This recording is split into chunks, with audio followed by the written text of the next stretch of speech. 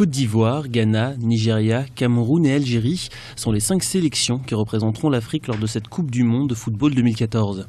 Beaucoup de questions gravitent autour de ces équipes, surtout sur leur capacité à créer sensation dans cette compétition. Avec une sélection de moins que l'édition précédente et après les problèmes de primes qui ont ralenti le départ des Lions indomptables du Cameroun, les doutes sont nombreux et les supporters s'interrogent.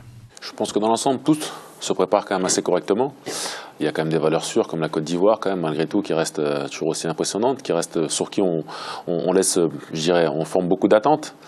On est toujours un peu déçus de ces histoires de primes côté Cameroun, malheureusement. Ouais. Mais là aussi, un bel effectif.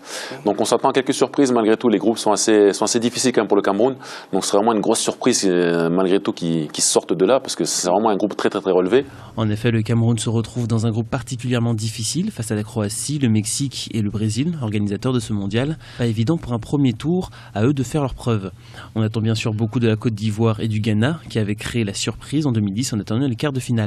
Après 2-3 matchs de préparation, on voit un petit peu les symptômes et les signes du travail qui a été vraiment accompli le long de ces 2 voire 3 semaines de préparation. Je pense que la Côte d'Ivoire, certes le l'Algérie, mais je pense qu'ils sont sur la même lignée.